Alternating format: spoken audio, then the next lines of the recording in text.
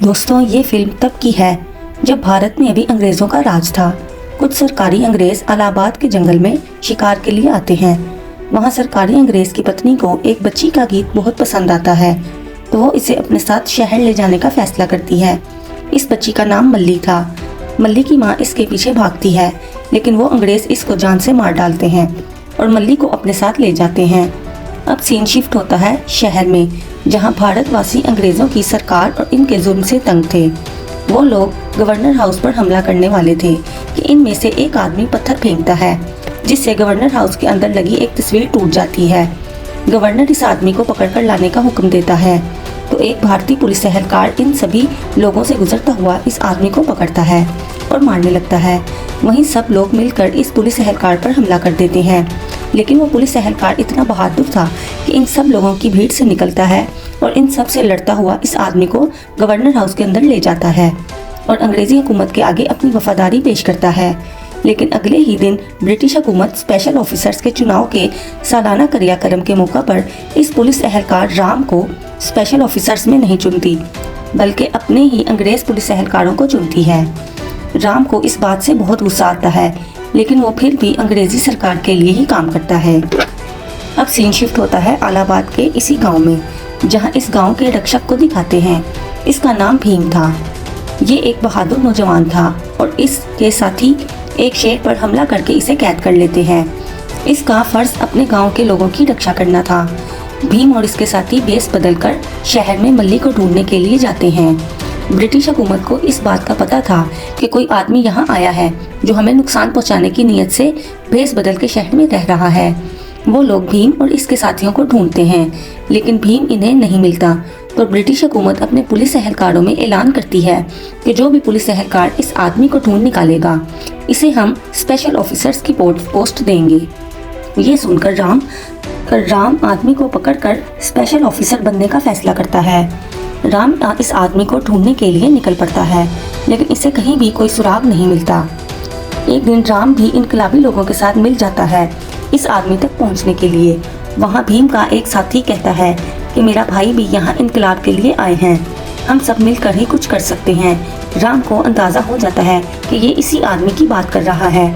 राम इसे कहता है कि मुझे मिलना है तुम्हारे भाई से। वो आदमी इसे भीम के पास ले जा ही रहा था कि रास्ते में इसे पता चल जाता है कि ये एक पुलिस एहलकार है, तो वो वहाँ से भाग जाता है। राम इसके पीछे भागता है, लेकिन वो आदमी राम के हाथ नहीं लगता। भीम नदी के किनारे मच्छी बेच रहे बच्चे से कहता है कि मुझे भी नदी से एक अच्छी सी मच्छी निकाल कर दे। वो बच्चा अपनी नौका में नदी में जाता है। नदी के ऊपर से मालगाड़ी गुजर रही थी। वो मालगाड़ी को आग लग जाती है और वो नदी में गिरने ही वाली थी इस बच्चे के ऊपर। वहाँ खड़ा भीम ये सब देख रहा था और वहाँ थोड़ा ही दूर खड़ा राम भी ये सब देख रहा था। राम और भीम मिलकर इस बच्चे की जान बचाते हैं और फिर एक दूसरे की भी। वहीं से इन दोनों की दोस्ती हो जाती है और वक्त गुजरने के साथ दोनों बहुत ही गहरे दोस्त बन जाते हैं। इन दोनों को एक दूसरे की असलियत नहीं पता थी। दूसरी तरफ भीम को पता था कि मल्ली गवर्नर हाउस के अंदर ही है। वो इसे बचाने के लिए गवर्नर हाउस के अंदर जाने की कोशिश कर रहा था। उधर राम को भीम के गले में पहने रक्षा कवच से पता चल जाता है कि भीम ही वो आदमी है जिसे वो ढूंढ रहा है, क्योंकि वैसा ही कवच उस आदमी ने भी पहना हुआ था जिसके पीछे राम उसे पकड़ने के लिए भागा था। भीम ही वो आदमी था जिसे वो ढूंढ रहा है। इतनी देर में भीम अपने साथियों के साथ गवर्नर हाउस पर हमला कर देता है और इन अंग्रेजों पे जंगली जानवर छोड़ देता है जो इनको नोचकर खा रहे थे। गवर्नर और इसकी बीवी घर के अंदर भाग जाते हैं और मल्ली को भी अपने साथ ले जाते हैं। भीम ने मल्ली को देख लिया था। भीम गवर्नर हाउस के अंदर जाने ही वाला था कि वहाँ राम आ जाता है पुलिस की वर्दी में और भीम को सरेंडर करने को कहता है, लेकिन भीम ऐसा नहीं करता। दोनों काफ़ी देर तक लड़ते हैं, लेकिन कोई भी हार नहीं मान रहा था। भीम मल्ली को बचाना चाहता था, लेकिन राम इसे अंदर जाने नहीं देता और इसे कहता है कि भाई सरेंडर कर दो। भीम सरेंडर कर देता है। तो अंग्रेज चाहते थे कि भीम घुटने टेक कर इनसे माफ़ी मांगे। इसके लिए वो राम से कहते हैं कि इसको तब तक मारो जब तक ये हमसे माफ़ी न मांग ले। राम ना चाहते हुए भी भीम को मारता है और इसे कहता है कि भीम घुटने टेक दो, लेकिन भीम ऐसा नहीं करता। भीम लहूलुहान हो जाता है, लेकिन घुटने नहीं टेकता। इसको इतनी मार खाते देख भीम के लोग पुलिस एहलकारों पर हमला कर देते हैं और वहीं पर ये सज़ा रोक दी जाती है।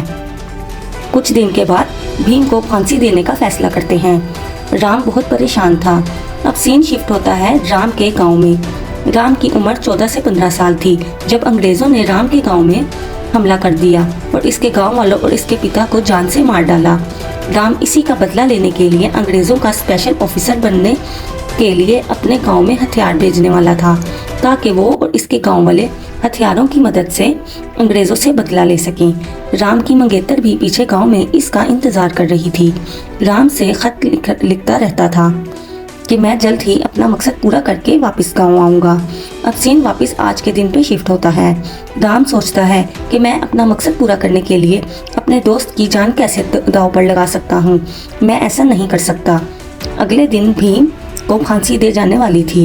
राम इस गवर्नर से कहता है कि क्यों ना लोगों के अंदर आपका डर डालने के लिए उसी बच्ची के सामने भीम को फांसी दी जाए। गवर्नर कहता है कि ठीक है। अगले दिन राम मल्ली को साथ लेकर फांसी वाली जगह पर जा रहा था। राम ने अपने पुलिस एहलकार के जरिए भीम को एक ब्लेड पहुंचाया जिससे वो अपनी रस्सी काट सके। वहां गवर्नर को पता चल जाता है कि राम मल्ली और भीम की मदद कर रहा है। वो अपने पुलिस एहलकारों से कहता है कि पकड़ो इन दोनों को। पुलिस इनके पीछे भागती है। भीम अपनी रस्सी खोल देता है और राम को जान से मारने की कोशिश करता है, लेकिन मारता नहीं। भीम नहीं जानता था कि राम इसकी मदद कर रहा है। राम काफी जख्मी हो जाता है और पुलिस इसे पकड़कर कैद कर लेती है। भीम और इसके साथी पुलिस से छुपते फिरते हैं। वो लोग एक जगह पर पनाह लेते हैं जहां और भी काफी लोग थे। पुलिस यहाँ भी इन्हें ढूंढती हुई आती है और घर की तलाशी लेने लगती है। तो एक लड़की जो राम की मंगेतर थी, गांव से यहाँ राम से मिलने आई थी, वो इनको पुलिस से बचाती है। वो पुलिस वालों से कहती है कि आप लोग अंदर मत जाइए, हम सबको चीचक यानी चिकन पॉक्स हुए हैं। पुलिस वाला कहता है कि यहाँ वायरस है, अभी सब वापस चलो। भीम सीता का शुक्रिया अदा करता है। सीता इन्हें खाना बनाकर खिलाती है तो भीम सीता के गले में राम के गले जैसा लॉकेट देखता है और इससे पूछता है कि क्या तुम सीता हो, राम की सीता। वो कहती है कि हाँ, पर आपको कैसे मालूम हुआ। भीम बताता है कि राम के गले में भी बिल्कुल ऐसा ही लॉकेट है, इसी से और वो अक्सर तुम्हारा नाम भी लेता है। सीता इन्हें बताती है कि राम ने मुझे खत में लिखा कि मैं अपने दोस्त की जान खतरे में नहीं डाल सकता, इसीलिए मैं इसकी मदद करूँगा, और ख़ुद पुलिस के हत्थे चढ़ गया। कल पुलिस इन्हें फांसी देने वाली है। सीता राम और इसके गांव की सारी कहानी भी भीम को सुनाती है तो इसकी आंखों में आंसू आ जाते हैं और वो इसी वक्त राम को बचाने के लिए निकल पड़ता है। वो चुपके से जेल के अंदर घुसता है और राम को ढूंढकर इसे वहां से आज़ाद कराता है और वो दोनों सब पुलिस एहलकारों को मार डालते हैं और गवर्नर हाउस की तरफ जाते हैं। राम और भीम हथियारों वाले कमरे और गवर्नर हाउस हर जगह पर आग लगा देते हैं।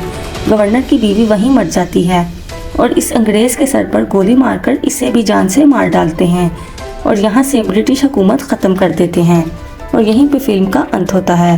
तो दोस्तों, अगर आपको मेरी ये एक्सप्लेनेशन पसंद आई हो तो हमारे चैनल को सब्सक्राइब कीजिए और बेल आइकन का बटन दबाइए ताकि मज़ीद आने वाली नई मूवीज़ आप तक पहुँच सकें।